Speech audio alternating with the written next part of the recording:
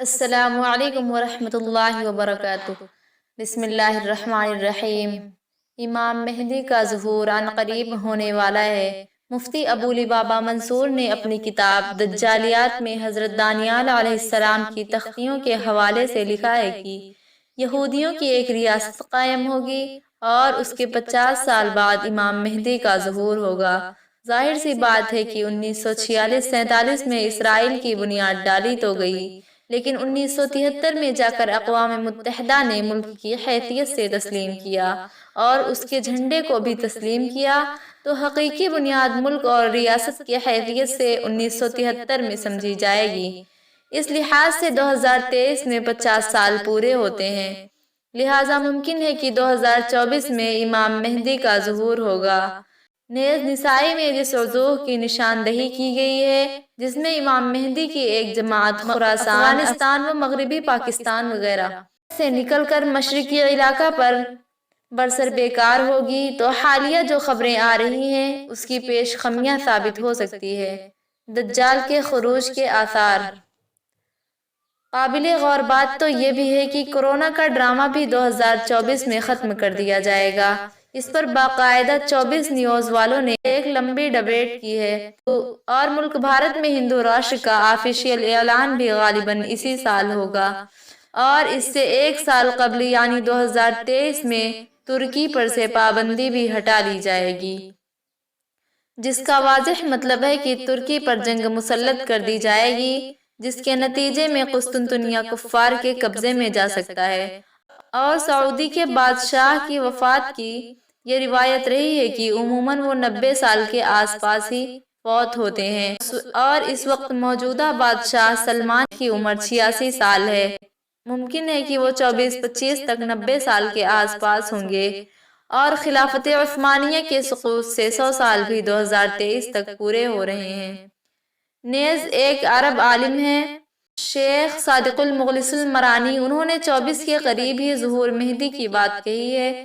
حاصل یہ نکلا کہ ظہور مہدی کے لحاظ سے یہ 2 سال یعنی 2024 اور 2025 کافی اہم ہیں۔ ایک بات بڑی فکر میں ڈالنے والی یہ بھی ہے کہ امت کے خلاف امت کے مختلف قسم کے گروہ امام مہدی کو تلاش بھی کر رہے ہیں۔ اس عاجز کے پاس یہ بھی خبر آئی ہے مختلف جہادی تنظیموں کے فکر مند لیڈران اس وقت بڑے فکر مند ہیں کہ امام مہدی کی قیادت میں ساری دنیا میں جہاد شروع کیا جائے، اور وہ اس کے لیے ان کی تلاش میں ہیں۔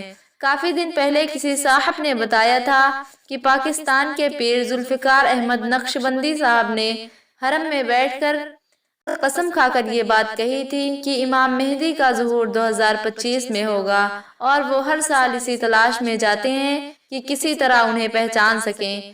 ایک بات اور یاد آئی، بڑے مزے کی بات ہے، بندہ مولانا سجاد نعمانی صاحب کا ایک بیان سن رہا تھا جس میں حضرت نے سورہ کہف کی تفسیر کرتے ہوئے بڑا عجیب نکتہ پیش کیا۔ فرمایا کہ اللہ نے دجال کے فتنوں کا ذکر سورہ کہف میں کیا ہے، اور سورہ کہف 15ویں پارے کے نصف سے شروع ہوتی ہے۔ اس سے معلوم ہوا کہ دجال کا خروج 15ویں صدی کے نصف پر ہوگا۔ آگے فرمایا کہ 16واں پارہ شروع ہوتے ہوتے دجال کا ذکر ختم ہو جاتا ہے، جس سے معلوم ہوا کہ 16ویں صدی سے قبل ہی یہ فتنہ ختم ہو جائے گا۔ مزید یہ بھی فرمایا کہ اللہ تعالی نے دجال کے ذکر سے پہلے بنی اسرائیل کا ذکر کیا ہے، جس سے یہ معلوم ہوتا ہے کہ یہ لوگ اس سے پہلے کافی چرچا میں ہوں گے، یعنی انہیں عروج ملے گا۔ اب ہم حضرت کی ان باتوں پر غور کرتے ہیں تو اس سے بھی یہی اندازہ نہیں آتا ہے کہ چونکہ دجال کے 15ویں صدی کے نصف میں آنے کا امکان ہے، اور حضرت مہدی اس سے تقریباً 5-6 سال قبل آئیں گے، اور اس وقت 1443 ہجری چل رہی ہے۔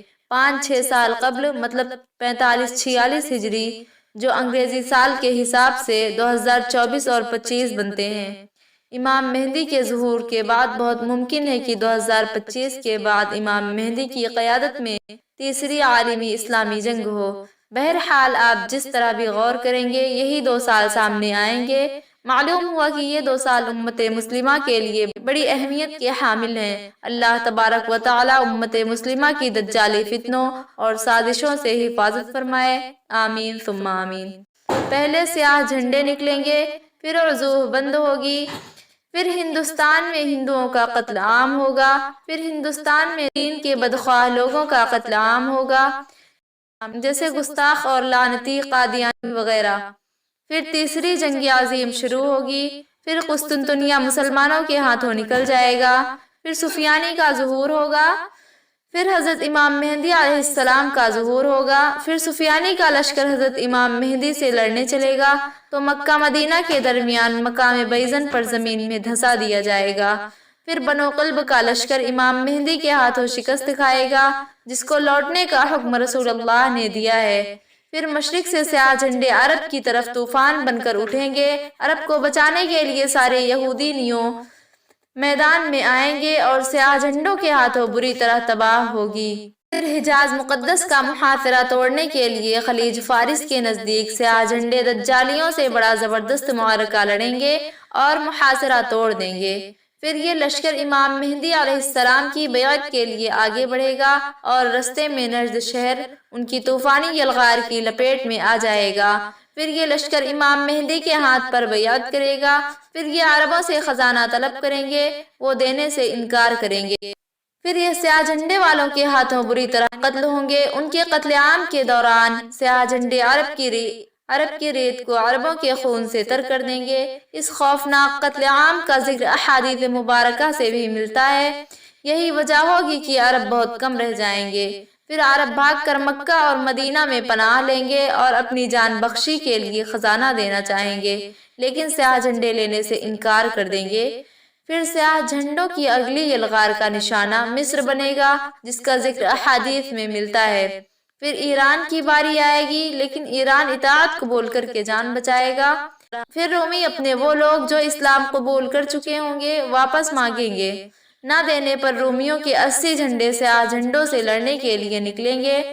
ہر جھنڈے تلے 60,000 رومی ہوں گے۔ ان کی اتنی تعداد دیکھ کر سیاہ جھنڈوں میں سے 1/3 بھاگ جائیں گے، جن کی توبہ اللہ کبھی قبول نہ کرے گا۔ پہلے دن مسلمان ایک جماعت کو لڑنے بھیجیں گے، ساری جماعت شام تک شہید ہو جائے گی۔ پھر چوتھے دن تمام اہل اسلام جو کہ سیاہ جھنڈے والے ہی ہوں گے مل کر رومیوں پر حملہ ور ہوں گے۔ پھر وہ ایسی جنگ کریں گے کہ تاریخ انسانی میں پہلے کسی قوم نے ایسی جنگ نہ کی ہوگی، یا پھر فرمایا کہ وہ ایسی جنگ ہوگی کہ پہلے کبھی نہ لڑی گئی ہوگی۔ پھر اللہ رومیوں پر شکست مسلط کر دے گا۔ پھر مسلمان یعنی سیاہ جھنڈے ان کا قتل عام کریں گے، یہاں تک کہ رومیوں کے لاشوں کے پہلو سے پرندہ اڑے گا، وہ مر کر گرے گا لیکن لاشوں کے سمندر کو پار نہ کر سکے گا، اور مر کر گرے گا بھی تو ایک لاش پر۔ اس جنگ کے بعد آدھے سے زیادہ لشکر آرمینیہ کی طرف جائے گا۔ سیاہ جھنڈے آرمینیہ پر آندھی طوفان اور بلا بن کر نازل ہوں گے، اور آرمینیہ کو وہ تباہی دیکھنی پڑے گی جس کے سامنے بابل بن نوح اور بغداد کے قصے بھی ہیچ ہیں۔ اس کا ذکر احادیث مبارکہ میں ملے گا۔ لشکر وہاں سے ہوتا ہوا امام مہدی سے مل کر قسطنطنیہ کا محاصرہ کر لے گا۔ اللہ سیاہ جھنڈوں کی جہاد کا صلہ یہ دے گا کہ ان کے نعروں سے ہی قسطنطنیہ فتح ہو جائے گا۔ پھر سیاہ جھنڈوں کا کچھ لشکر یورپ کی طرف نکلے گا، اور جب یہ یورپ کی دہلیز پر پہنچے گا تو پورے یورپ میں کوہرام مچ جائے گا، لیکن یہیں پہ خبر بھی پہنچ جائے گی کہ دجال نکل آیا ہے۔ پھر یہ لشکر وہاں سے انتہائی تیزی سے واپس آئے گا، ان کی رفتار انتہائی تیز ہوگی۔ احادیث مبارکہ کے مطابق یہ بڑا ہی سخت امتحان ہوگا، انتہائی سخت وقت ہوگا۔ جو کوئی تھوڑا آرام کا وقت نکالنے میں کامیاب ہوگا وہی طاقتور تصور کیا جائے گا۔ آتے ہی عرب میں وہ رومی جو دجال سے ملے ہوں گے ان پر 3 جگہوں سے شب خون ماریں گے، اور ان میں سے کوئی بھی بچ کر واپس نہ جائے گا۔ پھر مسلمان دیکھیں گے کہ حضرت عیسیٰ تشریف لائیں گے، اور دجال انہیں دیکھ کر پانی میں نمک کی طرح پگھلے گا۔ پھر وہ وہاں سے بھاگے گا اور مقام لد پر حضرت عیسیٰ علیہ السلام کے ہاتھوں قتل ہوگا۔ یہودیوں کا سیاہ جھنڈے والے قتل عام کریں گے۔ یہی وقت ہوگا جب مؤمنین مشرق سے لے کر مغرب تک فتوحات کے جھنڈے لہرا رہے ہوں گے، اور اللہ نے سورۃ بنی اسرائیل میں جو وعدہ فرمایا تھا پورا ہوگا، یعنی کفر و شرک کرنے والوں کو کوئی بھی بستی ایسی نہیں جسے ہم روز قیامت سے قبل ہی تباہ و برباد نہ کر دیں۔ پھر حضرت عیسیٰ علیہ السلام کو حکم ہوگا کہ وہ کوہ طور پر جا کر قلعہ بند ہو جائیں۔ یاجوج ماجوج نکل کر فتنہ عظیم پھیلائیں گے۔ اللہ تعالیٰ ان پر اپنا قہر نازل کرے گا اور ان پر نفع-نامی کیڑا لگ جائے گا اور ہلاک ہوں گے۔ پھر 7 سال تک مسلمان امن و امان سے رہیں گے۔ امن اتنا زیادہ ہوگا کہ بچہ شیر کو بھگا دے گا، جہاد ختم ہو جائے گا، تلواریں دراتیاں بن جائیں گی، شیطانیت تباہ ہو چکی ہوگی اور شیطان کو جو قیامت تک کی مہلت دی تھی ختم ہوگی۔ پھر ایک نرم ہوا چلے گی جس سے دنیا میں اسلام ختم ہو جائے گا۔ ایک حبشی ٹیڑھی پنڈلی والا، نیلی آنکھوں والا اور ٹھگنا خانہ کعبہ کو گرا کر پتھر سمندر میں پھینک دے گا، غلاف جلا دے گا اور خزانہ گھر لے جائے گا۔ پھر قیامت مرحلہ وار شروع ہوگی اور تمہارے رب کے وعدے کا وقت آ جائے گا۔ فتنہ دجال بہت سخت ہوگا، اس سے حفاظت کے لیے ہر جمعہ کے روز سورہ کہف کی تلاوت لازمی کریں۔